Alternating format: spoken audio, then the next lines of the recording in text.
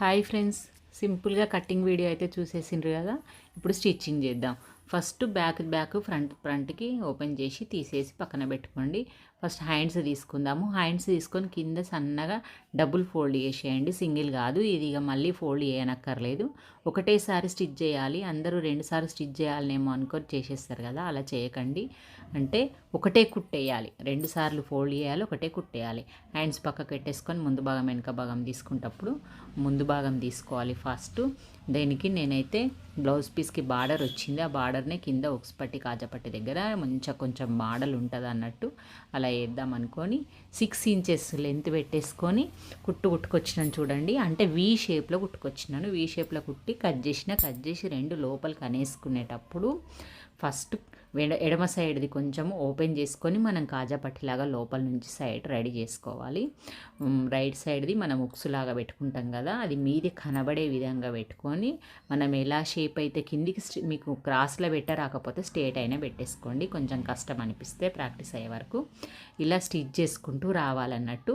ఆ వచ్చేటప్పుడు కింద కాజా పట్టి కుట్టిన ప్లేస్ నుంచి కొంచెం స్టార్ట్ చేసుకోవాలి, ఒక 1/2 ఇంచ్ దగ్గర నుంచి ఇలా స్టార్ట్ చేస్తూ కుట్టాలి. కుట్టేటప్పుడు మనము పైన వరకు మొత్తం అటాచ్ చేయొద్దు అన్నట్టు. అలా చేయకపోవడం వల్లనే మనకు ఓపెన్ అని వస్తుంది. మీదికెళ్ళి బాబు వాళ్ళకి వేసేటప్పుడు కూడా ఫ్రీగా ఉంటుంది అన్నట్టు. ఇలా స్టిచ్ చేసినాం కదా.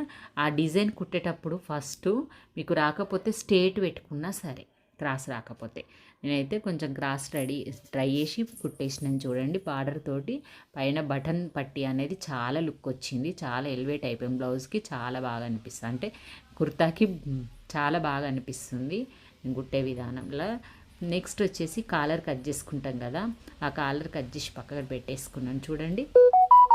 బ్యాక్ పార్ట్కు ఒక 1/2 ఇంచ్ కట్ చేయాలని చెప్పాను కదా, ఆ 1/2 ఇంచ్ కట్ చేసిన ప్లేస్ నుంచి మనము టక్స్ పెట్టుకోవాలి. ఫస్ట్ మెడ దగ్గర కరెక్ట్ పెట్టుకొని షోల్డర్లు 2 జాయింట్ చేసేయాలి. జాయింట్ చేసి 1/2 ఇంచ్ కొంచెం రౌండ్ షేప్ తీయాలి. దాన్ని డబుల్ ఫోల్డ్ చేసి కచ్చక పెట్టుకోవాలి. ఆ కచ్చక పెట్టుకోవడం వల్ల మనకు మిడిల్ పాయింట్ అని తెలుస్తుంది. నేను కాలర్ కటింగ్ చూపించలేకపోయినాను, సింపుల్గా నేను ఇంకా నెక్స్ట్ వీడియోలో మీకు ఎవరికైనా కావాలంటే చెప్తే సింపుల్గా రౌండ్ కట్ చేసుకుంటే సరిపోతుంది.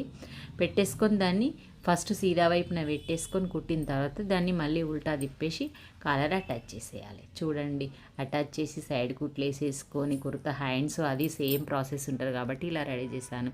ఓకే ఫ్రెండ్స్, మీకు వీడియో నచ్చినట్టయితే లైక్ చేయండి, షేర్ చేయండి, కామెంట్ చేయండి. మరిన్ని వీడియోల కోసం సబ్స్క్రైబ్